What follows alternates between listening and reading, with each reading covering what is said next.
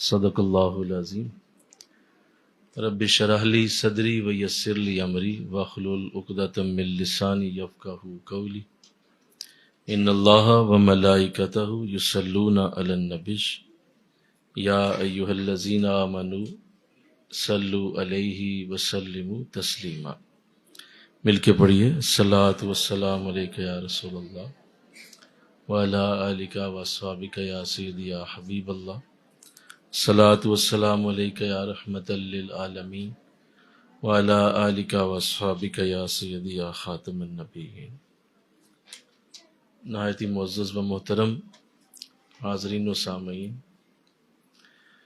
اللہ کی رحمت سے آج انشاءاللہ العزیز قرآن آسان کورس میں دوسرا موضوع شروع کرنے کی سعادت حاصل ہو رہی ہے، اور آج انشاءاللہ العزیز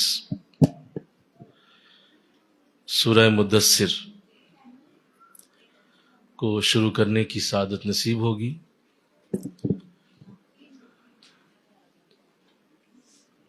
قرآن پاک کو ترجمے اور تفسیر کے ساتھ پڑھنا، یہی اس کے نازل کرنے کا اصل مقصد ہے، اور آقا دو جہاں صلی اللہ علیہ وسلم، آپ کے وہ صحابہ جنہوں نے آپ کے ساتھ مکہ سے مدینہ کی طرف ہجرت کی، تو بہت سارے ایسے صحابہ تھے کہ وہ اپنے کسی مسئلے کی وجہ سے، اپنی کسی مجبوری کی وجہ سے وہ مدینہ ہجرت نہ کر سکے، اور وہ مکہ میں ہی رہ گئے۔ کچھ ایسے تھے جنہوں نے اپنے کاروباروں کو دیکھا اور ہجرت نہ کی، کچھ ایسے تھے جنہوں نے اپنی اولاد کی خاطر، کسی نے اپنی بیوی کی بات کو سن کر، اور کچھ نے اپنے رشتہ داروں کے ڈر اور خوف سے ہجرت نہ کی۔ اب جب یہ صحابہ جو مدینہ آ چکے تھے، ظاہر قرآن نازل ہو رہا تھا، اور قرآن پاک کے خوبصورت نزول کا سلسلہ جاری تھا، آیات اتر رہی تھیں، تو صحابہ حضور سے قرآن سیکھتے تھے۔ اور جیسے ابھی آپ آج سورہ مدثر شروع کریں گے تو آپ کو اندازہ ہوگا کہ کس طرح قرآن کی آیات میں علم کے سمندر اللہ نے قید کیے ہوئے ہیں، اور کتنی خوبصورت باتیں ہیں قرآن میں۔ تو وہ ظاہر ہے جب حضور انہیں سکھاتے، پڑھاتے، تو وہ انہیں سیکھ لیتے، سمجھ لیتے۔ کوئی سال، 2 سال گزر گئے تو پھر وہ صحابہ جو مکہ میں تھے، انہوں نے بھی آہستہ آہستہ اپنے گھروں سے، اپنے عزیزوں سے، اپنے دوستوں سے وہ جو بھی مسئلے تھے انہیں حل کیا، اور وہ بھی مدینے آئے۔ اب جب وہ مدینے آئے تو انہوں نے آ کے جب اپنے ان دوستوں سے ملاقات کی جنہوں نے 1.5 سال پہلے ہجرت کی تھی، بیٹھے، گفتگو ہوئی، تو انداز ہی اور تھے، بات ہی اور تھی، سوچ ہی بدل چکی تھی، شعور ہی بدل چکے تھے۔ یہ باتیں کرتے زمین کی تو وہ باتیں کرتے آسمانوں کی، یہ باتیں کرتے جو ہے وہ دنیا کے دھندوں کی، دنیا کے معاملات کی، تو وہ باتیں کرتے آخرت کی، اللہ کی، قبر کی، قیامت کی۔ اب جب یہ آپس میں بیٹھے تو ان سب نے جو بعد میں ہجرت کر کے آئے تھے آپس میں گفتگو کی، اور یہ کہا کہ یہ ہمارے ہی دوست تھے، لیکن 1.5 سال گزرا ہے بس، اب تو ہم ان کے پاس بیٹھنا بھی چاہیں تو بیٹھ نہیں پاتے، کیونکہ اتنے علم کی باتیں، اتنی علم کی گفتگو یہ کرتے ہیں کہ ہم تو صرف منہ تکتے رہتے ہیں۔ تو لگتا ہے کہ ہمارا بڑا ہی نقصان ہو گیا، اور یہ جو ہم نہیں نہ آ سکے 1.5 سال پہلے، اور یہ جو وقت گزرا ہے، اس میں انہوں نے جو قرآن سیکھ لیا ہے اور بہت ساری باتیں حضور نے انہیں بتا دیں، وہ ہمارے پاس نہیں ہے، تو یہ نقصان ہمارا بہت بڑا ہو گیا. تو ہمیں چاہیے کہ ہم اس کا ازالہ کریں. تو یہ سارے مل کر پھر حضور کی بارگاہ میں حاضر ہوئے اور انہوں نے یہ کہا کہ آقا ہمیں اجازت دیں کہ جس شخص نے ہمیں روکا، جس شخص نے ہمیں آنے سے، مدینہ آنے سے ہماری رکاوٹ کا سبب بنا، اگر وہ بیوی ہے تو اسے طلاق دیں، اگر کوئی بچہ بچی ہے تو اسے بے دخل کر دیں، اپنے گھر سے فارغ کر دیں، اور اگر کوئی کاروبار تھا تو وہ جتنے کاروباری پیسے معاملات تھے وہ سارے ہم آپ کے حوالے کر دیں، تاکہ کسی طرح ازالہ ہو. یہ جو ہم پیچھے رہ گئے ہیں نا، یہ جو ہم بہت پیچھے رہ گئے ہیں ان لوگوں سے جو ہم سے پہلے ہجرت کر کے آئے اور انہوں نے قرآن سیکھا، انہوں نے آپ سے علم سیکھا. اب یہ بات بڑے غور سے سننے والی ہے. کیا کہہ دو جہاں صلی اللہ علیہ وسلم نے ارشاد فرمایا، میرے صحابہ اگر تم بیویوں کو طلاق دو گے اور بچوں کو گھروں سے نکالو گے اور اس طرح کا انداز اختیار کرو گے تو یہ بہت بڑا فتنہ بنے گا، بہت بڑا فساد ہوگا، اور لوگوں کو علم ہوگا کہ مسلمان آپس میں ہی لڑ رہے ہیں اور ان کے گھروں میں ہی اتفاق نہیں ہے. تو ایسا کرنا مناسب نہیں، میں تمہیں اس کا حکم نہیں دیتا. تو ان سب نے پھر کہا کہ حضور آپ ہمیں یہ بتائیں کہ ہم اس کا حل کیا نکالیں. یہ جو سال ڈیڑھ گزر گیا اور انہوں نے ہم سے زیادہ پڑھ لیا ہے، اس کا کیا حل ہے؟ تو عقل اسلام کی زبان اقدس سے پھر جو تاریخی جملے نکلے، میں وہ سنانے کے لیے آپ کو یہ سارا واقعہ سنایا ہے.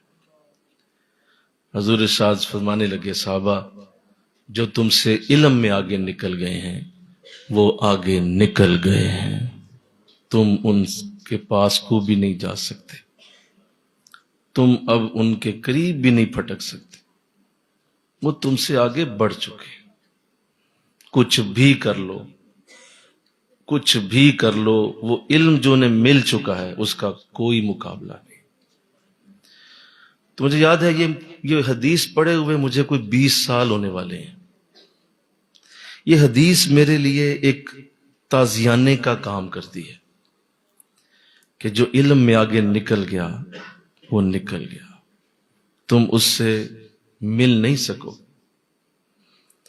تو ہم اسی لیے یہ پڑھتے پڑھاتے رہتے ہیں، سیکھتے سکھاتے رہتے ہیں کہ یہ باتیں نایاب ہیں، یہ نایاب ترین گفتگو ہے، یہ تمہیں کوئی نہیں دے گا. تمہارا والد، تمہاری ماں، تمہارے بہن بھائی، تمہارے بڑے عزیز، کوئی تمہیں یہ باتیں نہیں سکھائے. یہ صرف قرآن سکھا سکتا ہے. مل کے کہو سبحان اللہ. یہ صرف قرآن سکھا، یہ قرآن بتا سکتا ہے.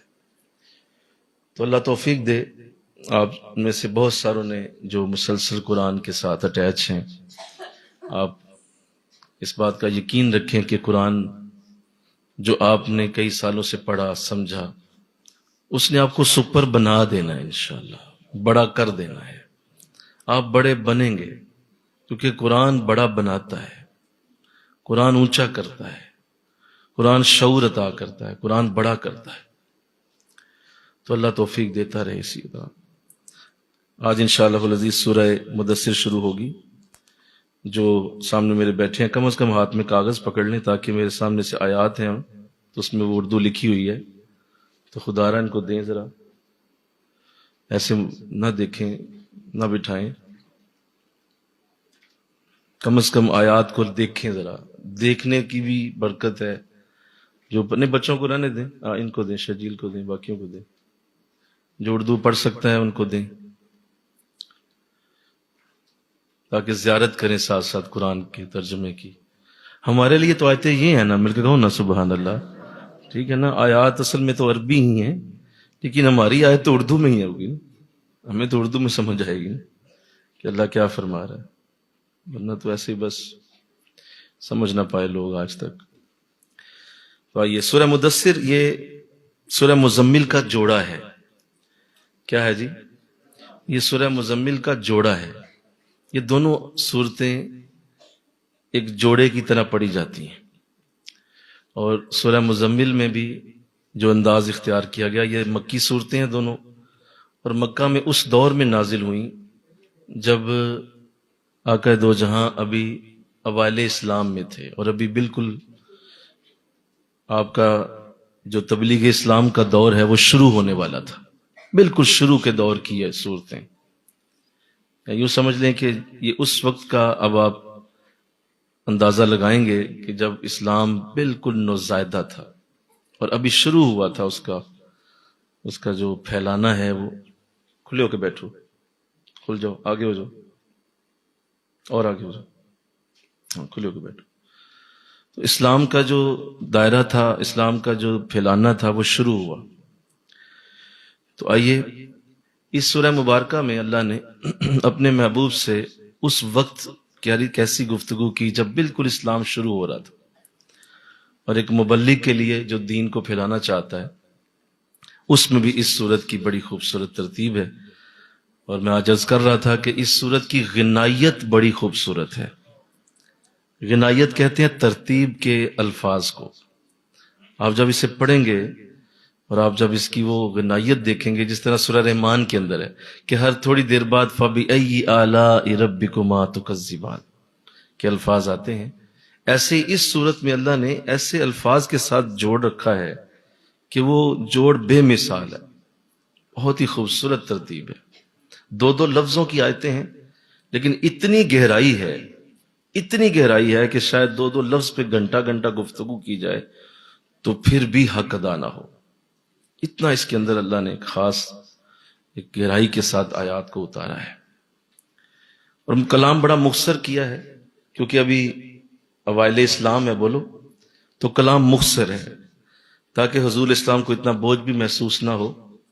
کیونکہ ابھی جب سورہ قلم کی آیتیں اتریں تو اس میں جو آپ کو 5 آیات عطا کی گئیں غار حرا میں، تو آپ جب تشریف لائے تو آپ نے یہی ارشاد فرمایا تھا کہ اے خدیجہ مجھے سردی لگ رہی ہے، کمبل دو مجھے، اور یہ بہت بڑی ذمہ داری مجھ پہ آ پڑی.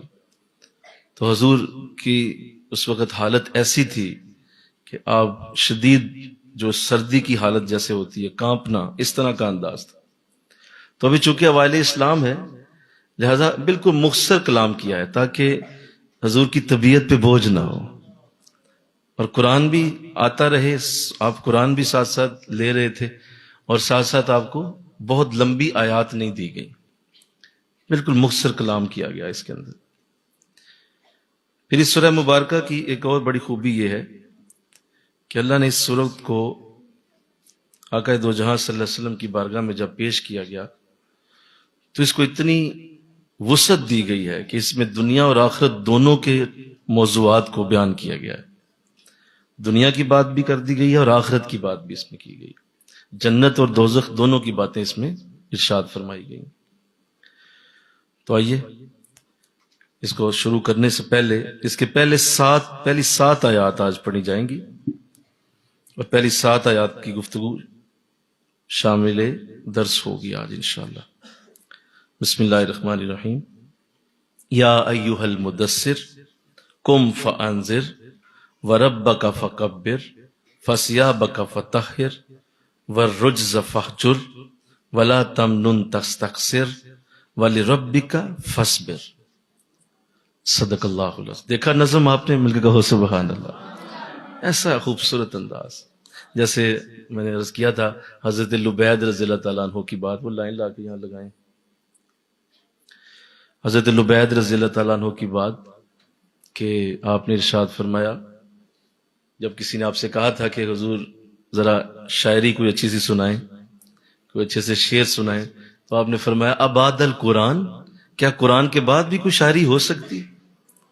کیا قرآن کے بعد بھی کوئی اچھے شعر سنائے جا سکتے ہیں؟ اتنی خوبصورت ترتیب میں جو قرآن ہمیں مل گیا ہے تو اب ہمیں شاعری کی کیا ضرورت ہے؟ تو بالکل وہی انداز جو آپ نے ارشاد فرمایا، یا ایھا المدثر قم فانذر وربک فکبر فثیابک فطہر والرجز فاہجر ولا تمنن تکثر ولربک فاصبر.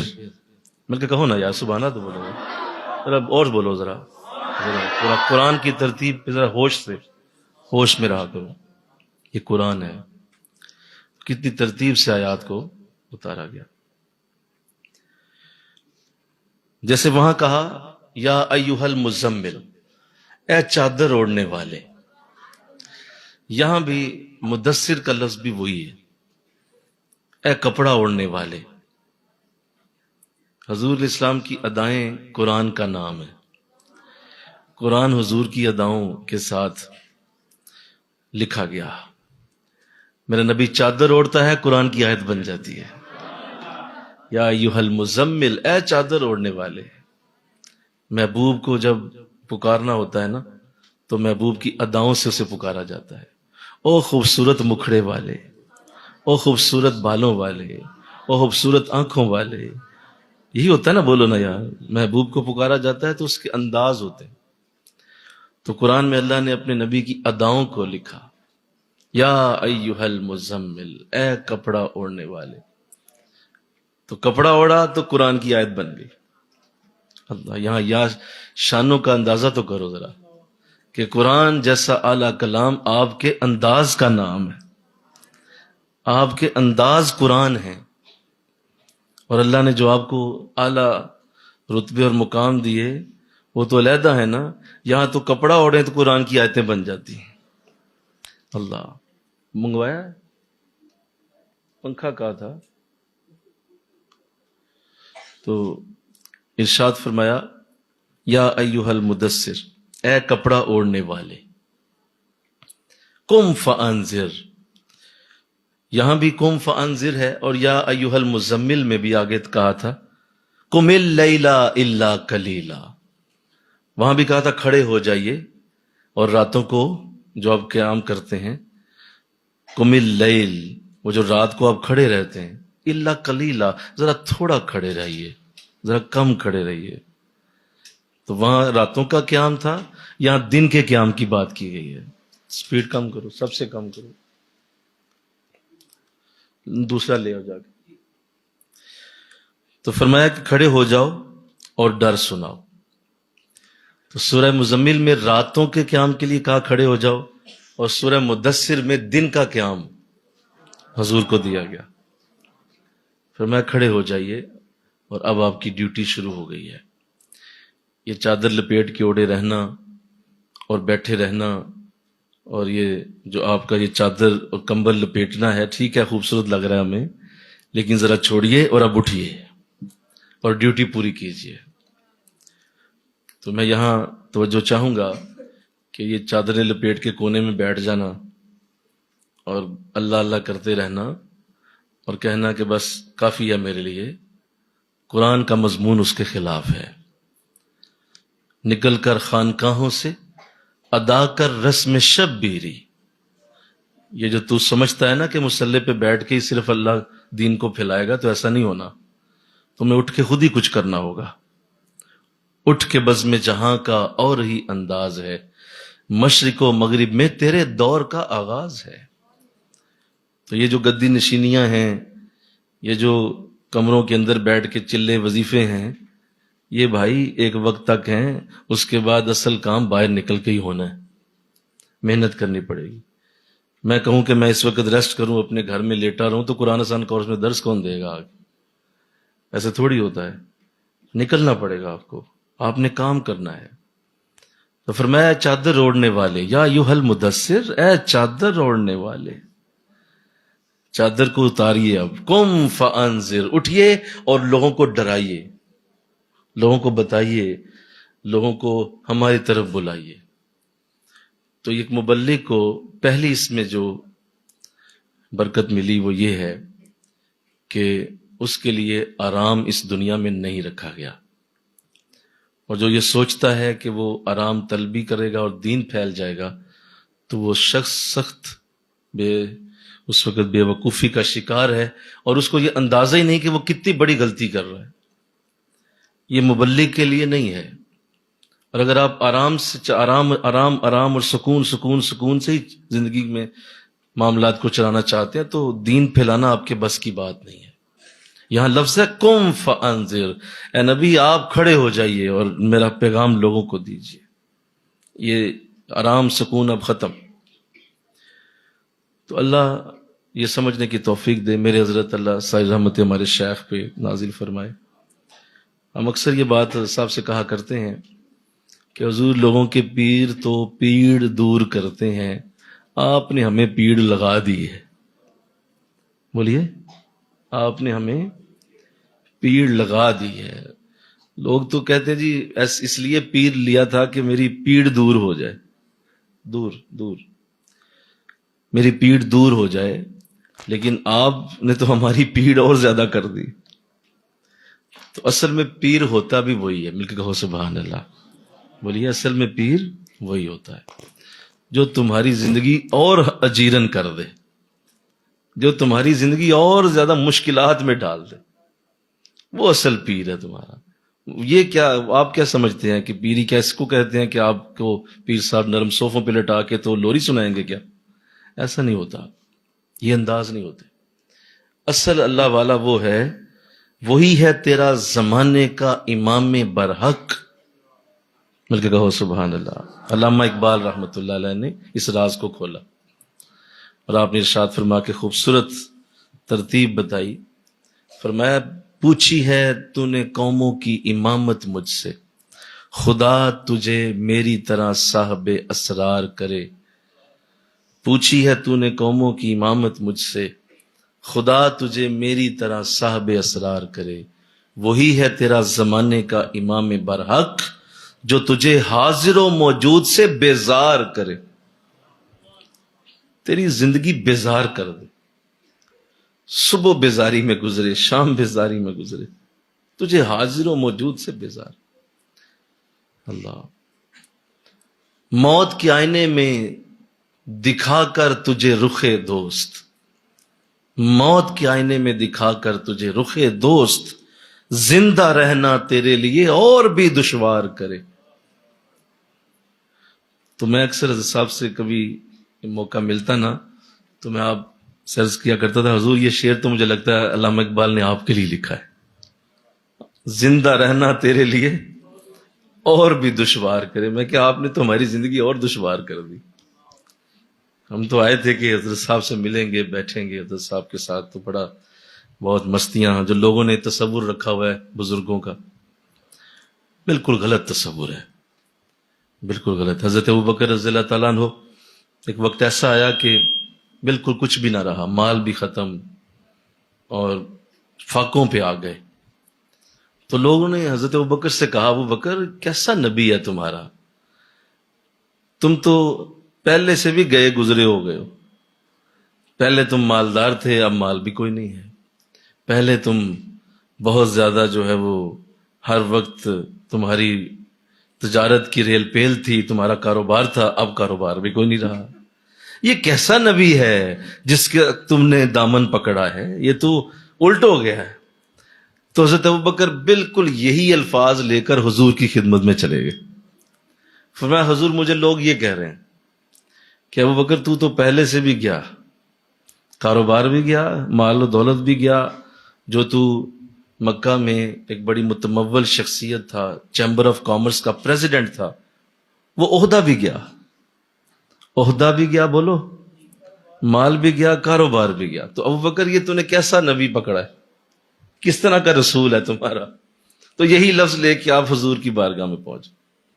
میں آپ کو حقیقت بتا رہا ہوں، سمجھو ان باتوں کو، اور وہ کہانیاں سننے سے باہر آ جاؤ، اصل بات جانو. تو آقا اسلام نے ارشاد فرمایا، ابوبکر یہی تو سچائی کی علامت ہے. ہمارے قریب آؤ گے تو غریبی آئے گی، ہمارے قریب آؤ گے تو لاچاری آئے گی، ہمارے قریب آؤ گے تو مجبور ہو جاؤ گے، ہمارے قریب آؤ گے تو یہ سب کچھ سہنا پڑے گا.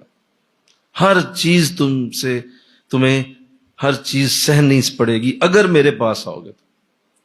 ہاں وعدہ ہے ابوبکر، جنت میں مزے ہمارے ہی ہوں گے. ہاں مل کے کہو نا سبحان اللہ. یہ وقتی ہے، یہ تھوڑے دن ہے، یہ وقتی. تو میں عرض کر رہا تھا کہ اصل میں جو اللہ کا پیغام ہے وہ ریسٹ نہیں ہے. قوم فانذر، کھڑے ہو جائیے، یہ ریسٹ چھوڑ دیجئے، یہ کمبل لپیٹنا بند کیجئے، یہ بکل مار کے لیٹے رہنا چھوڑیں. آپ کا یہ کام نہیں ہے. فانذر، اٹھیں، محنت کیجیے. اللہ. تو اب دیکھیے حضور نے اس پہ کتنا عمل کیا ہوگا، آپ نے پھر اس پہ کتنا عمل کیا ہوگا. قم فانذر. اور کیوں کہا، ایسا کیوں کرنا ہے آپ نے؟ وَرَبَّكَ فَكَبِّرْ، اور اپنے رب کی بڑائی بتاؤ لوگوں کو کہ وہ بڑا ہے، اپنے رب کا بڑا ہونا بتاؤ. مولا تو پہلے ہی بڑا ہے، میرے بتانے سے کیا ہو جائے گا؟ کہا نہیں، لوگوں کو پتہ نہیں ہے نا. مل کے کہو سبحان اللہ. لوگ جانتے نہیں، لوگوں کیا پتا میں کتنا بڑا ہوں. یہ تو نے بتانا ہے، یہ تیری ڈیوٹی ہے. وَرَبَّكَ فَكَبِّرْ، انہیں بتاؤ تمہارا رب کتنا بڑا ہے، تمہارا رب بہت اکبر ہے، بڑا ہے. اللہ. تو اللہ نے اپنی بڑائی کے اظہار کے لیے حضور کو فرمایا کھڑے ہو جاؤ. اب یہ بڑائی کیا ہے؟ انہیں بتاؤ کہ ہر کام میں اللہ ہی بڑا ہے. مل کے کہو سبحان اللہ. رزق دینے میں اللہ بڑا ہے، مال دینے میں اللہ بڑا ہے، عزت دینے میں اللہ بڑا ہے، بیماریوں کو شفاؤں میں بدلنے میں اللہ بڑا ہے. اللہ بڑا ہے کہ مطلب سائز میں استغفر اللہ بولو. یہ ہمارا دماغ، ہمارا نفس ہمیں بہت غلط طرف لے جاتا ہے. سائز کی بات نہیں ہو رہی، یہ سائز کی بات نہیں. اللہ بڑا ہے، بہت بڑا ہے. سائز میں، سائز کی بات نہیں. یہ عزتوں میں بڑا ہے، برکتوں میں بڑا ہے، رحمتوں میں بڑا ہے، شفاؤں میں بڑا ہے. وہ تمہارے اپنے بندے کے پیار میں بڑا ہے. یہ ہے اس کا بڑا ہونا. اب بتاؤ کہ میں کیسا بڑا ہوں، تم نے بتانا ہے. تو یہ ایک ڈیوٹی ہے ایک مبلغ کی کہ اس نے ہر صورت اپنے رب کی خوب اچھی طرح معرفت لینی ہے. بھائی جس کو پتہ ہی نہیں کہ رب کیسا ہے تو وہ کیسے بتائے گا لوگوں کو؟ بتانے کے لیے پتہ کرو پہلے کہ وہ کیسا بڑا ہے، پھر لوگوں کو بتاؤ. اللہ. تو یہ بڑا پیارا جملہ ہے کہ اس لیے کھڑا ہونا ہے اور لوگوں کو ڈرانا ہے کہ میری بڑائی لوگوں تک پہنچے.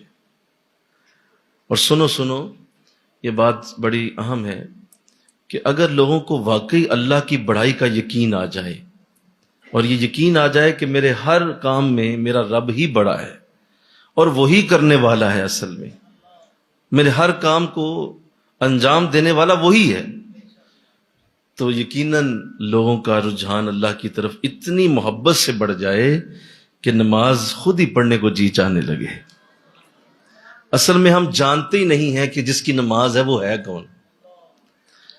ورنہ یہ کیسے ہو سکتا ہے کہ جس کے ساتھ آپ کو یہ علم ہو اور یقین ہو کہ وہ کتنا بڑا ہے، آپ کیسے اس کی نماز چھوڑ سکتے ہیں؟ حضرت علی المرتضیٰ شیر خدا رضی اللہ تعالیٰ عنہ سے جب یہ سوال کیا گیا کہ آپ نے جس رب کو پوجا ہے کیا اسے کبھی دیکھا بھی ہے، تو ارشاد فرمایا علی نے کبھی سجدہ ہی نہیں کیا جب تک دیکھ نہ لے. جب تک دیکھ نہ لوں سجدہ ہی نہیں کرتا. کہا آپ دیکھتے ہیں اللہ کو؟ کہا ہاں، مجھے اس کی بڑائی کا پتہ ہے، وہ کیسے بڑا ہے، لہٰذا میں رب کا دیدار کر کے سجدہ کرتا ہوں. اور جب میں سجدہ کرتا ہوں نا تو اس لیے میں سجدہ کر رہا ہوتا ہوں کہ میرا رب سجدے کے قابل ہے، وہ اس قابل ہے کہ اس کے آگے سر رکھ دیا جائے، یہ سر اس کے آگے جھکے، وہ اس قابل ہے. کیوں؟ وہ بڑا ہے، وہ اعلیٰ ہے، عرفہ. اس کی عزتیں، اس کی عفتیں، اس کی منزلتیں بہت بڑی. اللہ آگے ارشاد فرمایا، سنیے، وَثِيَابَكَ فَطَهِّرْ. اور اس کام کے لیے جو پہلی آپ کی ڈیوٹی ہے وہ یہ ہے کہ اپنے کپڑوں کو پاک رکھیں. کیا کریں بولیے؟ کمال ہے، ایک دم چینج ہو گیا، کتنی بڑی بات کر دی. فرمایا یہ جو آپ تبلیغ شروع کریں گے نا، جب لوگوں کو نیکی کی بات سنائیں گے، لوگوں کو نیکی کا عمل بتائیں گے اور لوگوں کو میری بڑائی بتائیں گے نا، تو اس کا اظہار آپ کے کپڑوں سے ہوگا. اپنے کپڑے پاک رکھیے، اپنی ڈریسنگ پہ توجہ دیجیے. جو آپ نے کپڑے پہننے ہیں نا ان کی طرف توجہ رکھیے. فطہر، یہاں لفظ ہے فطہر. ایک ہوتا ہے طاہر، ایک ہوتا ہے اطہر، ایک ہوتا ہے طاہر. یہ سپرلیٹو ڈگری استعمال کی گئی. یعنی تمہارے کپڑے اتنے پاک اور صاف ہوں کہ وہ پاکی اور صفائی اس سے اوپر کا کوئی درجہ نہ ہو، تمہارے کپڑے اس درجے کے پاک اور صاف، اتنی صفائی والے تمہارے کپڑے ہونے چاہیے۔ ڈریسنگ کے اوپر اتنی توجہ دو، اس قدر توجہ دو کہ نبی حد ہو جائے۔ مجھے یہ بتائیں کہ جب یہ آیت اتری ہوگی فَثِيَابَكَ فَطَهِّرْ، اے نبی اپنے کپڑوں کی طرف دھیان کیجئے، صاف ستھرے کپڑے پہنیے، تو میرا نبی تو پہلے ہی بڑا خوش لباس تھا، وہ تو پہلے ہی بڑے خوش لباس تھے، ان جیسا خوش لباس کون ہو سکتا ہے؟ لیکن اس کے باوجود اللہ نے فرمایا کہ اے نبی آپ نے اپنے کپڑوں کا بہت خیال رکھنا ہے، اپنے کپڑوں کے اوپر بڑا دھیان رکھنا ہے، اس کی تراش تراش، اس کی سلائی، اس کی صفائی، اس کا پہننے کا سٹائل، اس کا نظر آنے کا سٹائل، اس کے رنگ، وہ اتنے خوبصورت ہوں کہ جو آپ کو دیکھے دیکھتا ہی رہ جائے کپڑوں کی وجہ سے۔ خوبصورت کپڑے پہنے آپ۔ اللہ، تو حضور تو پہلے ہی بڑے ویل ڈریس تھے، اور اتنے ویل ڈریس تھے کہ مکہ میں جانا جاتا تھا کہ اگر کسی نے صفائی اور ستھرائی کا عملی نمونہ دیکھنا ہے تو محمد کو چلتے ہوئے دیکھ لو صلی اللہ علیہ وسلم، آتے ہوئے دیکھ لو، جاتے ہوئے دیکھ لو، تمہیں نظر آئے گا کہ ایسا خوبصورت انداز کسی کے پاس نہیں۔ تو جو شخص پہلے ہی اتنا خوبصورت ہو، اس کے لیے قرآن بھی کہہ دے کہ اپنے کپڑوں کا خیال کیجئے، بتائیے حضور نے کتنا خیال کیا ہوگا۔ تو اللہ توفیق دے، انشاءاللہ کہو ذرا۔ ایک مبلغ کے لیے یہ عام بات نہیں ہے، اس نے اپنے کپڑوں کا بہت خیال رکھنا ہے، اس کی ایک ایک نوک پلک کو سنوارنا ہے، ایک ایک بٹن کو دیکھنا ہے، ایک ایک سلائی کو دیکھنا ہے، کیونکہ قرآن نے اسپیشلی کپڑوں کا ذکر کیا، کپڑوں کی بات کی ہے کہ تمہاری ڈریسنگ جہاں بھی تم جاؤ گے میٹر کرتی۔ لوگوں کیا پتا، میرے ایک ٹیچر ہیں اللہ انہیں سلامت رکھے، ہمارے ساتھ پڑھاتے ہیں، آرمی سے ریٹائرڈ ہیں، ان کے تجربوں سے ہم بہت فائدہ اٹھاتے ہیں، کافی ایجڈ ہیں، تو وہ بڑے ویل ڈریس ہیں، اور عمر ہوگی 60 سے اوپر، لیکن وہ بہت ویل ڈریس ہیں، اور ٹائی بڑی اچھی پہنتے ہیں، شرٹ کا کلر بڑا اچھا پہنتے ہیں، اور جو بھی انہوں نے پہنا ہوتا ہے بڑا اچھا پہنتے ہیں۔ تو ایک دن ویسے میں نے تعریف بڑی کی، میں نے کہا جی آج بہت اچھا آپ نے ڈریس پہنا ہوا ہے، بہت اچھا لگ رہا ہے۔ تو انہوں نے آگے سے جملہ بول دیا، مجھے کہتے ہیں فاروقی صاحب پیٹ میں گیا ہے، کسی کو کیا پتا میں کیا کھا کے آیا ہوں، جو پہنا ہے وہ سب دیکھتے ہیں، کیا کھا کے آیا ہوں، دال کھائی ہے، مٹن کھایا، کسی کو کیا پتا، لیکن یہ جو پہنا ہے نا یہ ساری دنیا دیکھتی ہے، تو لہذا اس لیے میں اس کا خیال رکھتا ہوں۔ گھر سے ہو سکتا ہے میں کچھ بھی نہ کھا کے آیا، لیکن آپ نے میری تعریف کر دی، لگتا ہے کہ بڑا ہی کوئی امیر آدمی ہے، کسی کو کیا پتا۔ تو مجھے بڑا اچھا لگا وہ جملہ کہ لوگوں کو وہ دکھاؤ جو وہ دیکھنا چاہتے ہیں، اور اللہ کو وہ دکھاؤ جو اللہ دیکھنا چاہتا ہے۔ اللہ تمہارا پاک دل دیکھنا چاہتا ہے، صاف دل دیکھنا چاہتا ہے، اللہ تمہارے دل کی پاکیزگی کو دیکھنا چاہتا ہے۔ انما الاعمال بالنیات، وہ تمہاری نیتوں کو دیکھتا ہے، اس کو تمہارے چہرے سے، تمہارے کپڑوں سے کوئی غرض نہیں ہے، وہ تمہارے دلوں کو دیکھتا ہے۔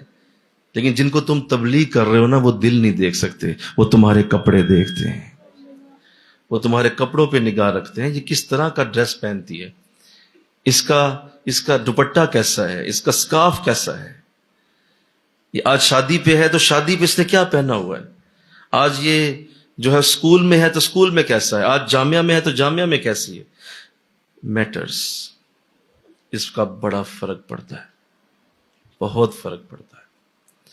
بلکہ میں اگر یوں کہہ دوں، مجھے کہنے دیجئے، ظاہر ہے کئی سالوں سے اس چیز کو ہم دیکھ رہے ہیں، جوں آپ اللہ کے قریب ہوتے جاتے ہیں آپ کے کپڑے خوبصورت ہوتے جاتے ہیں۔ میں آپ کو پیمانہ دے رہا ہوں اللہ کی قربت کا، اللہ کے قریب ہونے کا پیمانہ دے رہا ہوں۔ خوبصورت ان معنوں میں نہیں کہ بڑے قیمتی ہوتے جاتے ہیں، بس وہ کپڑے ایسے ہوں گے کہ یہ وہ جب بھی آپ پہنیں گے تو لوگ کہیں گے جی آپ سے زیادہ ساج کسی پہ نہیں رہے، اور وہ صفائی میں، پاکیزگی میں بہت بڑے درجے پہ ہوں۔ تو اندازہ کریں کہ جس نبی کو اللہ نے اتنے اہتمام سے قرآن میں اس کا ذکر کیا ہو، وہ کتنا ڈریسنگ کو پسند کرتا ہوگا۔ مل کے کہو سبحان اللہ. کتنا پسند ہے کہ اپنے کپڑے پاک رکھیے. اللہ. بلکہ میں اس پہ ایک اور بات بھی کئی دفعہ کی ہے اور آج پھر کر رہا ہوں کہ جو لوگ اس بات کو سمجھتے ہیں کہ ڈریسنگ کی ویلیو کتنی ہے اور وہ ڈریسنگ کو کتنا اہم سمجھتے ہیں، وہ جب بھی یہ عمل کرتے ہیں تو ایک بات بڑی مجھے ہمیشہ پسند رہی ہے کہ آپ کے صاف کپڑوں کا اثر آپ کے باطن پہ ضرور جاتا ہے. یہ ہو نہیں سکتا. آپ نے اگر صاف کپڑے پہنے ہیں تو اس کا اثر آپ کے اندر روح پہ پہنچے گا اور آپ کا جی چاہے گا میں قرآن پڑھ لوں، آپ کا جی چاہے گا میں نماز پڑھ لوں، آپ کا جی چاہے گا یار مصلی ہو میں بھی 2 سجدے دے لوں. وہ کپڑوں کا اثر اندر تک پینیٹریٹ کر جاتا ہے. جس کو آپ ویل ڈریس دیکھیں آپ سمجھ لیں کہ یہ نیک ہونے میں بہت تیزی سے نیک ہوگا، یہ جلدی نیک ہو جائے گا. کیوں؟ کیونکہ اس کا باطن ان کپڑوں کے عکس کو ضرور لے جائے گا. اور اگر آپ نے گندے، میلے، کچیلے اور بدبودار کپڑے پہنے ہیں تو اس کا اثر بھی آپ کے باطن پہ ضرور جاتا ہے. میں کہتا اوہو مسجد نہیں جانا یار، اوہو مصلی تے نہیں جانا یار، اوہو قرآن نہیں. کیوں؟ کپڑے خراب. وہ ساتھ ہی قرآن، مصلی، مسجد آپ سے بولو دور ہو گئی. کس کی وجہ سے؟ حالانکہ آپ پڑھنا چاہ رہے تھے لیکن کپڑوں نے روک دیا. کپڑے آپ کو اس طرف جانے نہیں دے رہے. اور ایسے ہی جو یہ گنڈے بدماش ٹائپ لوگ ہوتے ہیں یہ بھی جب کسی نیکی کی مجلس میں جانے لگتے ہیں نا تو انہیں بھی روکنے والی شے ایک ہی ہوتی ہے. بولیے کیا؟ کپڑے. اور کپڑے اس طرح کے پہن یار میں پا کے جاؤں، وہ چھوڑو یار، وہ جاتے ہی نہیں، چھوڑ دیتے ہیں. اور اگر شرافت والا لباس پہننا ہوگا تو کہیں گے یار اچھا بلا شرافت والا لباس ہے، چلو آج شب قدر کی محفل میں چلتے ہیں. تو آپ کے لیے رکاوٹ کپڑے ہوتے ہیں. یہ آپ کے باطن کے عکس کا بہت بڑا ذریعہ ہے. لہذا اپنے بچوں کو بچپن سے عادت ڈالیے. انشاءاللہ کہیے ذرا، خود بھی عادت بنائیے. بہترین. حضرت عائشہ صدیقہ رضی اللہ تعالیٰ عنہ آپ فرماتی ہیں کہ میں نے دیکھا حضور کو کہ آپ کو ملنے کے لیے کچھ لوگ آئے تو آپ تشریف فرما تھے. کچھ لوگ آئے تو آپ اٹھے اور آپ نے پہلے ہی ڈریس بڑا اچھا پہنا ہوا تھا، پھر آپ نے اس کو ٹھیک کیا، اچھی طرح سوارا سیٹ کیا، امامہ شریف پہنا، اس کو اپنے پانی کا ایک گھڑا رکھا ہوا تھا کیونکہ آئینے تو نہیں ہوتے تھے اس وقت. یہ جو ہمارے گھروں میں آئینے ہیں، شیشے ہیں، تو وہ تو نہیں ہوتے تھے، تو پانی استعمال ہوتا تھا چہرہ دیکھنے کے لیے. گڑھا رکھا تھا پانی کا، اس میں حضور اپنا چہرہ مبارک دیکھتے. اور آپ فرماتی میں نے دیکھا دور سے میں کھڑی تھی، حضور سیٹ ہو رہے تھے، آپ اپنی سیٹنگ کر رہے، بس ہر چیز سیٹ کر رہے ہیں. امام شریف پہنا اور آپ نے اپنا چہرہ مبارک پانی میں دیکھ کے سیٹ کیا اور مسکرا کے مجھے دیکھا اور مجھے فرماتے ہیں عائشہ مجھے بتاؤ میں کیسا لگ رہا ہوں. پوری طرح سے سیٹ ہونے کے بعد پھر آپ نے گارنٹی لی کہ میں کیسا لگ رہا ہوں. یعنی یہ اتنی اہم بات ہے کہ آپ نے باہر نہیں گئے اس وقت تک، پہلے گارنٹی لے لی کہ بتاؤ میں کیسا لگ رہا ہوں. تو ایک ایسا حسین انسان اللہ کہ جس کا چہرہ دیکھ کے سورج بھی شرما جائے، چاند بھی جس کے آگے اپنے آپ کو پردے میں کر لے، وہ پوچھ رہا ہے میں کیسا لگ رہا ہوں. اللہ. تو اس لیے میرے نبی کا یہ انداز کہ آپ کو یہ بہت پسند تھا صحابہ میں. اور ایک صحابی کو آپ نے دیکھا کہ آپ ان کے کپڑے اسی طرح تھے، میلے کچیلے تھے اور وہ کچھ اس طرح مسلے ہوئے تھے اور ان کی استری خراب تھی. جو بھی استری کہہ لو، اس وقت استریاں تو نہیں ہوتی تھیں لیکن وہ خراب تھی. تو آپ نے دیکھا نماز پڑھتے ہوئے جا رہے تھے آپ مسجد سے باہر کہ آپ رک گئے. آپ نے دیکھا وہ نماز پڑھ رہے، رکے رہے، انہوں نے نماز مکمل کر لی. تو اب وہ جانے لگے سلام کی حضور کو، آپ نے وعلیکم السلام فرمایا میرے پاس آئیے. قریب آئے، کہا حضور حکم کیجئے. فرمایا حکم نہیں ہے، یہ بتاؤ کہ یہ کیا حال بنایا اپنا، یہ کیا حالت ہے تمہاری. کہا حضور کیا ہوا، ٹھیک تو ہوں میں. کہا نہیں ٹھیک نہیں ہو، تیرے کپڑے ٹھیک نہیں ہیں. یہ کیا ہے حالت کیوں ہے ایسی، کیا وجہ ہے، کیا تمہارے پاس اچھے کپڑے پہننے کو نہیں، اور تیری یہ بکھری ہوئی داڑھی کیوں ہے، یہ بال کیوں بکھرے، تو کیا تیرے پاس گھر میں کنگھی یا تیل لگانے کے لیے نہیں ہے. اس سے کہا حضور اللہ کا دیا سب کچھ ہے، کپڑے بھی ہیں، سب کچھ موجود. کہا تو پھر کیا وجہ ہے؟ فرمایا حضور بس اللہ کے عشق محبت میں بس ایسی توجہ ہی نہیں رہتی، لہذا نماز اور روزے کی طرف ہی دھیان رہتا ہے، تو اس لیے زیادہ توجہ دے نہیں پاتا. تو آقا الاسلام آپ کے چہرہ مبارک پہ جلال کی کیفیت نماز، جلال آ گیا، غصہ. فرمایا صحابی یہ تم نے کیا کہا کہ تم اللہ کے پیار میں اس طرح گندے مندے رہتے ہو اور اللہ کے پیار میں رہتے ہو؟ میں تم سب سے زیادہ اللہ کے قریب ہوں. دیکھو مجھے دیکھو میں کیسا رہتا ہوں، بتاؤ میں کیسا رہتا ہوں، بتاؤ تو صحیح. کہا حضور آپ تو سونے رہتے ہیں ہر وقت. تو میں تو ہاں، تو پھر یہی ہے، اللہ جمیل و یحب الجمال، اللہ خوبصورت ہے اور خوبصورتی کو پسند کرتا ہے. جہاں بدصورتی ہے اللہ پسند نہیں کرے گا. خوبصورتی، سلیقہ، ہر جگہ خوبصورتی، ایسے سنوری ہوئی چیزیں. مجھے صرف ایک جواب تو ذرا دے دیں، آپ سارے آپ قرآن سمجھنے والے لوگ ہیں، جنت اصل میں نام کس چیز کا ہے؟ ذرا بول دو نا. صفائی، ستھرائی، سلیقہ، ہر چیز ترتیب سے، اسے جنت کہتے ہیں. اور جنت کیا نام ہے؟ بولو نا، جنت ہے کیا؟ اور وہاں ہر چیز ترتیب میں ہوگی، ہر چیز صفائی میں ہوگی، ہر چیز کے اندر ایک خاص قسم کا سلیقہ ہوگا، اسے جنت کہتے ہیں. دوزخ کس چیز کا نام؟ بول دو نا. گندگی، پیپ، بدبو، خون، ہر طرف جو ہے آگ، بربادی، بے ترتیبی، بکھری ہوئی ہر چیز، اسے کیا کہیں گے؟ دوزخ. تو بعض گھر دوزخ ہوتے ہیں، ہر چیز بکھری ہوئی، ہر چیز کوئی پتہ ہی نہیں کون سی چیز کہاں پڑی. ایک جراب گراج میں پڑی ہے، ایک جراب ٹی وی لان میں پڑی ہوئی، لب دے پھرو، پتہ ہی کوئی نہیں. بیڑا ہی گھر کا، ہر چیز خراب. الماری کھول کے ایسے اس کا پٹ کھول کے باہر نکالو، پورے کپڑے منہ پہ آ پڑیں گے تمہارے، تون کے اندر رکھے ہوئے ہیں. کیوں؟ اتنا ٹائم ہی نہیں ہے کہ اس کو طے کر کے تسلی سے اندر رکھ دیا. نہیں، یہاں گندگی، اس جگہ گندگی، اس جگہ دوزخ ہے.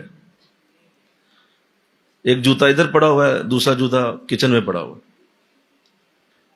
جس مسلمان کا ایسا گھر ہو، آپ اس کو کیا سمجھتے ہیں کہ یہ کیا ہے زندگی میں؟ جس مسلمان کے گھر میں اس کی چارپائی کو اس کے اوپر کا بستر سیدھا نہ ہو، وہ بستر ٹھیک نہیں جس کے اوپر وہ لیٹا ہوا ہے، تو بتائیے آپ اسے کیا بنائیں گے؟ کیسے آپ اسے سنوار سکتے ہیں؟ جس کے سرانے سے لپ لپ کی بو آتی ہے کہ وہ سر رکھتا ہے تو بے ہوش ہو جاتا ہے، اتنی بو اٹھتی ہے اب سرانے سے. کئی عرصے سے سرانے کا چھاڑ نہیں دھویا، وہ تیل لگ لگ کے اس کی اتنی بو بن گئی ہوئی. آپ کیا سمجھتے ہیں یہاں فرشتے اتریں گے اس کے کمرے میں؟ اس کے کمرے میں کیا اللہ کا کرم اترے گا کیا؟ یہ دوزخ ہے پوری. دوزخ بے ترتیبی کا نام ہے. اور جس گھر میں ہر چیز ترتیب میں ہے، جنت میں جانے کی ضرورت کیا ہے؟ وہ گھر ہی جنت ہے، وہ گھر ہی جنت ہے بھائی. جنت بھی یہی ہوگی، ہر چیز ترتیب میں، بیڈ لگے ہوئے، بستر لگے ہوئے، ہر چیز گلاس پڑے ہوئے، خدام کھڑے ہوئے، ہاتھ باندھ کے کھڑے ہوئے، پردے لگے ہوئے. یہی جنت ہے نا یار؟ اور بولو نا، اور کیا جنت؟ اتری اور شے ہوگی، ترتیب سے کھانا پیش ہوگا، برتن لگے ہوں گے، دھلے ہوں گے، صاف ستھرے ہوں گے، کھانا ایک بڑی ترتیب، بڑی خوبصورت انداز میں لگ کے سامنے رکھا جائے گا. اسے جنت کہتے ہیں. تو اللہ معاف کر دے بس جو ہمارے گھروں کی آج حالت ہے. یہ سیابہ کا فتاخر کے اندر بہت گہرا مضمون ہے. مل کے کہو سبحان اللہ. میں کہاں تک لے کے جاؤں اسے، کہاں تک لے کے جاؤں. اللہ آقا دو جہاں صلی اللہ علیہ وسلم، آپ کی جو ٹوپی مبارک تھی، میں آج اس کا ذکر پڑھ رہا تھا، آپ کا امامہ مبارک، آپ اپنے امامے کے نیچے ٹوپی پہنتے تھے، اور آپ پھر اپنے سر مبارک پہ تیل بھی بہت زیادہ لگاتے تھے، تیل بڑا اچھا لگاتے تھے. تو اس سے اکثر ٹوپی کا نچلا حصہ جو ہے وہ تیل سے بھر جاتا. ظاہر ہے جب آپ اس کو پہنتے تو تیل اس پہ بھی لگتا. اب حضور کو اس کی بڑی فکر ہوتی تھی. جب آپ اکثر جب امامہ شریف اتارتے تو آپ اس کو کھول کے کسی صحابی سے فرماتے، بھائی جلدی کرو، اسے بہترین دھو کے لاؤ، میں نے دوبارہ پہننا ہے اسے. اس تیل کو دلوا کے دوبارہ امامہ بنواتے اور پھر پہنتے. اللہ. تو یہ میرے نبی کا سلیقہ اور میرے نبی کی خوبصورتی. تو اللہ ہمیں پہلے یہ بنا دے بھائی، کیا میں تمہیں عرشوں کی باتیں سناؤں. اپنے کپڑے ٹھیک کرو، پہلے اپنے انداز ٹھیک کرو. میرے حضرت ایک جملہ کہا کرتے ہیں، بیٹا اتنا اچھا پالش والا جوتا پہنو کہ اس میں تمہارا اپنا منہ نظر آ جائے. بڑا ہم ہنستے تھے، ہم کو حضور یہ آپ تو لبی ہے جدا جوتا. کہتا بھائی جو بھی ہے ایسا جوتا پہنو کہ تمہارے اپنا چہرہ اس میں نظر آ جائے، اتنی اچھی پالش ہونی چاہیے. آگے مٹی لگی، پیچھے مٹی لگی، محترم مسجد میں جا رہے ہیں. تو جوتی صاف کر لے، مسجد بعد ہو بھائی، مسجدیں بعد جائیں، وہ بعد کی بات ہے. ارے جوتا تو صاف کر لو. تو ہم سمجھ نہیں پائے، یہ مذاق نہیں ہو رہا. وَثِيَابَكَ فَطَّهِّرْ، اے نبی اپنے کپڑوں کی طرف دھیان کیجئے، اپنی ڈریسنگ دیکھیے، تراش دیکھیے. یہ چھوٹی بات نہیں ہے. اگر یہ میرا یہ بٹن بھی کھلا ہے نا تو اس پہ بھی مجھے تکلیف ہونی چاہیے. یہ کیوں کھلا ہے؟ وجہ مجھے کیوں خیال نہیں آیا کہ میں نے اسے بند کیوں نہیں کیا؟ ایسا کیا ہو گیا، ایسی کیا ایمرجنسی آ گئی کہ مجھے اتنا خیال کیوں نہیں آیا؟ یہاں عجیب حال ہے کہ لوگوں کو اس کا اندازہ نہیں ہوتا. اور خیر میں کیا بتاؤں، آپ جائیں گے انشاءاللہ، اللہ سب کو لے جائے، مکہ شریف لے جائے آپ کو انشاءاللہ.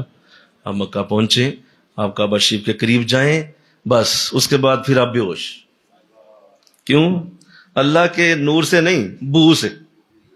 اتنا پسینہ اور اتنے وہ مطلب عجیب حال لوگوں کے، اوہ ہو حد ہو جاتی ہے. بس وہاں پہ اللہ ہی ہے بچا کے رکھتا ہے، ورنہ جو لوگوں نے اپنی گندگی کا وہاں حشر کیا ہوتا ہے، یہ میرے رب کا وہ فیض اور ظرف ہے کہ وہ بندوں کو برداشت کر رہا ہوتا ہے.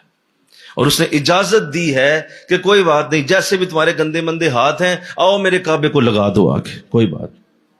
یہ اس نے اجازت دی. لیکن سنو مدینے جاؤ گے نا انشاءاللہ، کہو نا نبی کا در اونچا رکھا ہوا ہے. ہاں مل کے کہو سبحان اللہ. کوئی ہاتھ نہ لگائے میرے نبی کے دروازے کو. گندے ہاتھوں کو دور رکھو، یہ گندے کپڑے پیچھے رکھو، میرے نبی سے دور کر دو ان کو. نبی کا در اونچا. سبز گنبد کے لیے تمہیں نظر اٹھانی پڑے گی، اونچا دیکھنا پڑے گا حضور کا در. اپنے کعبے کو زمین پہ رکھ دیا اور حضور کے در کو اونچا کر دیا، اس لیے کہ عزتیں ساری حضور کو دے دی. اور خود کہا ٹھیک ہے کعبہ رکھ دو نیچے، آؤ یار لگے رہو میرے ساتھ، آؤ جو بھی ہے آجو، گندے مندو جتنے بھی ہو آجو. لیکن وہاں یقین کریں جو حالت ہوتی ہے، میرے ساتھ ساتھی تھے ماشاءاللہ، عامر صاحب میرے سامنے بیٹھے ہوئے ہیں، تو یہ بھی مجھے آ کے کہتے ہیں حضرت صاحب یقین کریں بس اللہ ہی بچا لیتا ہے، ورنہ جو وہاں حالت ہے کہ لوگ اس طرح وہاں کعبہ کے قریب ہوتے ہیں کہ اس کی کوئی مثال نہیں. تو آپ وہاں بھی جائیں تو اس کا اہتمام کر کے جائیں کہ آپ کعبہ شریف کے قریب جا رہے ہیں تو خوشبو آنی چاہیے آپ میں سے، اچھی خوشبو لگائیں. فَثِيَابَكَ فَطَّهِّرْ کے اندر خوشبو بھی ہے. مل کے کہو سبحان اللہ. حضور کو دو چیزیں بہت پسند تھیں. ایک آپ دودھ بڑا پسند کرتے تھے، کوئی دودھ آپ کو دیتا بڑھ کے پکڑتے گلاس، کہا لا یار، دودھ بہت پسند فرماتے اور دودھ کو پینا بڑا اچھا سمجھتے تھے. اور دوسرا خوشبو کا تحفہ حضور کو بڑا پسند. خوشبو تحفتاً کوئی دیتا تو حضور دعائیں دیتے، اس یوں ہاتھ اٹھاتے، کہا یار اللہ تیرا بھلا کرے تو نے خوشبو لا کے دی. تو صحابہ کو پتا تھا کہ حضور خوشبو بڑی پسند کرتے ہیں، تو صحابہ بھی چن چن کے خوشبوئیں حضور کو دیا کرتے. ایک صحابی تو ایسے تھے کہ انہوں نے حد ہی کر دی، وہ اتنی خوبصورت خوشبو لائے، بڑی پیاری تحفتاً پیش کی. فرمایا حضور یہ تحفہ. آپ نے لے لی، بہت خوشی سے قبول کی، دعا کی. کچھ عرصہ گزرا تو ایک اور شخص کو ساتھ لے آئے، کہا حضور وہ جو خوشبو میں نے لی تھی نا، اس کو پیسے بھی دے دیں آپ. وہ اس سے لی تھی میں نے. تو کہا اوہو آپ نے تو مجھے تحفہ دیا تھا. کہا حضور میں نے دیا تھا نا، لیکن پیسے تو آپ نے دینے ہیں نا. وہ تحفہ میں نہیں دیا تھا لیکن اس کے پیسے تو آپ ہی ادا کریں. یعنی اس حد تک صحابہ حضور کو خوشبو دینے میں آگے تھے کہ صحابہ خوشبو دے دیا کرتے چاہے بعد میں ادھار ہی لی جائے. خوشبو کا اہتمام کیجیے انشاءاللہ. کہیے خواتین خوشبو استعمال کریں، ایسی خوشبو استعمال کریں جو لائٹ ہو، اور مرد استعمال کریں جو تیز ہو. دور تک پھیلے خوشبو. اس کے لیے ڈھونڈیں کوئی اچھی خوشبو کی دکان، ایسی سستی خوشبو ملی جاتی تو لیں. پاؤڈر لگانا، خوشبو لگانا.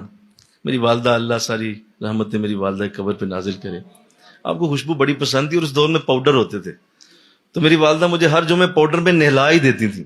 چھوٹا سا تھا میں، تو پورا پاؤڈر میرے پورے جسم پہ مل کے یہاں تک گردن تک تو نظر آ رہا ہوتا تھا. تو اکثر میں جب مسجد جاتا تو صاحب اس وقت جمعہ پڑھانے آتے تو اب بڑا مسکرا کے مجھے پوچھتے، یار اتنا پاؤڈر کیوں لگاتے ہو؟ کہا امی جان لگاتی ہیں. وہ بڑا خوش ہوتی تھی، انہیں خوشبو بڑی پسند تھی. تو اللہ آپ کو بھی کرے انشاءاللہ. کہو نا خوشبو استعمال کرو، اچھی خوشبو لگاؤ. اگر اسلام نے ارشاد فرمایا مومن خوشبودار رہتا ہے اس لیے کہ فرشتے اس سے مصافحہ کرنے آتے ہیں، فرشتے اس سے ہاتھ ملانے آتے ہیں، تو وہ خوشبودار ہوتا ہے. اور منع کیا کہ کوئی بھی لہسن کھا کے اور اس طرح کی پیاز کھا کے وہ کبھی مسجد میں نہ آئے. فرمایا حضور اس کی کیا وجہ ہے؟ فرمایا بو آتی ہے، پیاز کی بو ہے، لہسن کی بو ہے، اس سے فرشتے پریشان ہو جاتے ہیں، لہذا ان دونوں چیزوں کو استعمال کر کے میری مسجد میں نہ آؤ، منع کر دیں. اللہ آگے ارشاد فرمایا ور الرجز فہجر، بتوں سے دور رہو. کیا ہے بولیے؟ بتوں سے دور رہو. جس طرح پہلے دور رہتے تھے اب بھی بتوں سے دور رہیے. تو حضور پہلے ہی دور تھے، بولو تو پھر کیوں کہا بتوں سے دور رہیے؟ یہاں بتوں سے مراد خواہشات ہیں. یہاں بت سے مراد وہ فزیکل بت نہیں ہے، بولیے خواہشوں کے بت، وہ جو ہم نے اپنے اندر بنائے ہوئے ہیں. خواہشیں اگر آپ پال کے بیٹھے ہوئے ہیں تو بھی آپ تبلیغ نہیں کر سکتے. آپ کی خواہش ہے کہ آپ دبئی کے 5 سٹار ہوٹل میں جا کے رہیں تو ایسا بندہ تبلیغ نہیں کر سکتا. بھائی آپ اپنی خواہشیں پوری کریں، آپ تبلیغ کے ساتھ تعلق ہی کوئی نہیں. آپ کی خواہش ہے کہ آپ روزانہ ہی جو ہے وہ دعوتیں کھائیں اور مزے اڑائیں تو یہ خواہشیں پوری کریں. محترم آپ کا تبلیغ سے تعلق کوئی نہیں ہے. تبلیغ والے کی خواہشیں نہیں پوری ہوتی ہیں. میرے کہو سبحان اللہ. خواہشوں سے دور رہیے. حضور اے میرے نبی یہ خواہشیں پیچھے کر دیجیے. یہ ملے وہ ملے، ایسا ہو جائے ویسا ہو جائے. لمبی آرزویں پال کے لوگ بیٹھے ہوئے ہیں اور خوابیں دیکھ رہے ہوتے ہیں. یہ نوجوان ہیں جو ان کو خوابیں آ رہی ہوتی ہیں میری شادی کبھی ایسے ہو نا، ایسا ہو جائے ایسا ہو جائے، خوابوں میں سوچ کے. او بھائی ان خوابوں کے ان خواہشوں کے پیچھے بھاگو گے تو زندگی ضائع ہو جائے گی. اس طرح کی خواہشیں نہیں ہیں. فرمایا بتوں سے دور رہیے. بتوں سے مراد یہاں خواہشات دور کر دیجیے. ولا تمنن تستکثر، اسے کو بعد میں دے یار. فرمایا ولا تمنن تستکثر. آج لگتا ہے درس بہت بڑا تھا اس لیے بار بار انٹرپشن آ رہی. زیادہ لینے کی نیت سے کسی پر احسان نہ کیجیے. یہ بڑا اہم جملہ ہے، میں اس پہ توجہ چاہتا ہوں، بڑا ضروری جملہ ہے. کہ نبی ایسا نہ کیجیے گا کہ آپ اب ظاہر ہے میرا پیغام دیں گے، میرا پیغام آپ کو لوگوں تک پہنچانا ہے، تو یہ ذہن میں رکھیے گا کہ کبھی بھی اس طرح پیغام لوگوں کو نہیں دینا کہ اس سے اس کے بدلے آپ کو کچھ ملے گا. اوہ مل کے کہو سبحان اللہ. اس پیغام کو میرا ایسے نہ دیجیے گا کہ اس کے بدلے آپ کچھ چاہتے ہیں. تعریف کریں گے، عزت دیں گے، بڑا سمجھیں گے، پیار کریں گے، یہ بہت زیادہ جو ہے وہ اب میرے مطیع بن جائیں گے، میرے اطاعت گزار ہو جائیں گے. تو یہ ساری چیزیں اگر آپ سوچ کے میری تبلیغ کر رہے ہیں نا تو ایسا نہیں کرنا. اس طرح سے کہ آپ کو لوگوں سے کوئی امید وابستہ ہے میری بات کرنے کے لیے، ایسا آپ نے نہیں کرنا. تو یہ کتنا بڑا اصول ہے نا، ایک مبلغ کے لیے کتنا بڑا اصول ہے کہ اگر اس نے کسی بھی انداز میں لوگوں کو سوچ کے تبلیغ کی ہے کہ یہ کچھ میرا کچھ سنواریں گے تو میں کچھ بن جاؤں گا، نہیں، اس کی تبلیغ سے اثر ہی ختم ہو گیا. بالکل بے لوث ہو کے، بے لوث کہتے ہیں کہ کوئی فائدہ ہو یا نقصان ہو، کچھ بھی ہو جائے اللہ کا پیغام دینا ہی دینا ہے. تو یہ کتنی پیاری ترتیب میرے رب نے سکھائی کہ سنو کسی کو اس طرح سے میرا پیغام نہ دینا کہ وہ تمہاری تعریف کرے تو دیتے رہو اور اگر وہ تنقید کرے گا تو چھوڑ دینا. نہیں، ایسا نہیں کرنا. آپ اگر وہ تنقید کر رہا ہے اور ساتھ ہی آپ نے چھوڑ دیا، نہیں اس کو نہیں کرنا. او بھائی اس کو پھر بھی پیغام دو، بے شک وہ تنقید کرو. لیکن تم نے اس کو نیکی کی بات سنانا بولو نہیں چھوڑ. اور اس طرح نہ کیجیے گا کہ کوئی زیادہ آپ کی محبت والا ہے تو اس کو زیادہ بتا رہے ہیں آپ. بولیے کچھ زیادہ ہے, مطلب زیادہ ذرا قریب بیٹھا ہوا ہے, اسے آپ بہت زیادہ بتا رہے ہیں, اور وہ جو بیچارہ بڑی دور سے تھوڑی دیر کے لیے آیا ہے اس کو تھوڑا سا بتایا اور بھیج دیا. ایسا نہیں کرنا, سب کو ایک جیسی تعلیم دیں آپ. بہت بڑا اصول دیا, بہت بڑا. وَلَا تَمْنُن تَسْتَكْثِرْ وَلِرَبِّكَ فَاصْبِرْ. اور سنیے, یہ سارا کچھ جب ہوگا نا تو یہ ایک بہت پرخطر راستہ ہے. اب آپ پہ مصیبتیں امڑ امڑ کے آئیں گی. اب لوگ آپ کے لیے بہت ساری مشکلات کھڑی کرنے والے ہیں. لہذا حضور کا ذہن پہلے ہی تیار کر دیا گیا. وَلِرَبِّكَ فَاصْبِرْ. اب آپ نے صبر بھی کرتے رہنا ساتھ ساتھ. الٹی سیدھی باتیں, کڑوی کسیلی باتیں, تنقید والی, فلاں جگہ آپ غلط ہیں, فلاں جگہ ٹھیک ہیں, فلاں جگہ یہ ہوا, فلاں جگہ وہ ہوا, بہت ساری باتیں سننی پڑیں گی. اس پہ صبر کرنا ہے. اب آپ نے صبر کے ساتھ چلتے رہنا ہے, کیونکہ آپ پہ ذمہ داری بہت بڑی ہے. اور اگر آپ نے یہ عمل کر لیا تو اس کے بعد آخر میں پھر صبر ہے. اور جب قرآن صبر کی بات کرتا ہے تو ساتھ یہ بھی کہتا ہے ان اللہ مع الصابرین. بے شک اللہ صبر والوں کے ساتھ ہوتا ہے. بے شک اللہ صبر والوں کے ساتھ. تو یہ کیسے ہو سکتا ہے کہ آپ تبلیغ کر رہے ہو, نیکی کی بات سنا رہے ہو, اور کوئی بھی آپ کے ساتھ مخالف ہی نہیں ہے, یا اس وقت آپ کسی آزمائش میں نہیں ہیں جب آپ نیکی کام کر رہے ہو, اور آپ کسی آزمائش کے بغیر ہی کرتے چلے جا رہے ہیں؟ ایسا نہیں ہو سکتا. یہ بالکل نہیں ہوگا. یہ ایسا سمجھ لیں کہ دن اور رات جس طرح علیحدہ علیحدہ ہیں, کبھی اکٹھے نہیں ہو سکتے. ایسے یہ بھی نہیں ہو سکتا کہ آپ دین کا کام کر رہے ہو اور آپ کو کوئی مشکل نہ ہو. بہت مشکل ہوگی, آئیں گی, بار بار آئیں گی, رج رج کے آئیں گی. اور یہ اس بات کی گہری علامت ہوگی کہ یہ دین کا ہی کام ہے. اور اگر یہ نہ ہوتا دین کا تو نہ آتی. اگر دنیا کا ہوتا تو اللہ کہتا موجہ مارو, لیکن جو ہی دین پہ آؤ گے ساتھ ہی تمہارے رستے میں رکاوٹ شروع ہو جائے گی. لوگ خلاف ہو جائیں گے, گھر والے خلاف ہو جائیں گے, بیوی خلاف ہو جائے گی, شوہر خلاف ہو جائے گا, بیٹے اور بیٹیاں تمہارے ساتھ چھوڑ جائیں گے. ارے کوئی بھی نہ ہو, سنو, تمہارا اپنا نفس ہی تمہیں جینے نہیں دے گا. بولو نا, تمہارا اندر نفس تمہارے خلاف کھڑا ہوگا, وہ تمہیں جینے نہیں دے گا. تیرے اندر بھی ہم نے دشمن رکھ دیا تو تو بچ کیسے سکتا ہے؟ ایک تو باہر کے دشمن ہیں تو ان سے بندہ بچ بھی سکتا ہے, جو اندر کا ہے اس سے کیسے بچیں گے؟ اس کا مطلب یہ ہوا کہ یہ صبر ہی ہے. صبر سے چلنا ہے, صبر ہی کرنا ہے. اللہ. تو یہ خوبصورت ترتیب میں دوبارہ پڑھ دوں تاکہ ایک دفعہ یہ نور ہمارے اندر اتر جائے انشاءاللہ. اے کپڑا اوڑھنے والے, کھڑے ہو جاؤ اور ہمارا ڈر سناؤ. اپنے رب کی بڑائی بولو اور اپنے کپڑوں کو صاف ستھرا رکھو, اور بتوں سے دور رہو, اور زیادہ لینے کی نیت سے کسی پر احسان نہ کرو, اور اپنے رب کے لیے صبر کرتے جاؤ. کتنی پیاری ترتیب, مل کے کہو نا سبحان اللہ, کیا خوبصورت. تو یہ وہ پہلی, ابھی دیکھیے اسلام کے اوائل کے دن ہے تو کیسی تعلیم ہے, آگے جا کے کیسی آئے گی. ابھی تو یہ شروع ہوا اسلام, اور ابھی یہ چند دن ہوئے ہوں گے. بلکہ بعض بزرگوں نے یہ بھی لکھا ہے کہ سورہ مدثر کی آیتیں بھی پہلی آیتوں میں سے ہیں.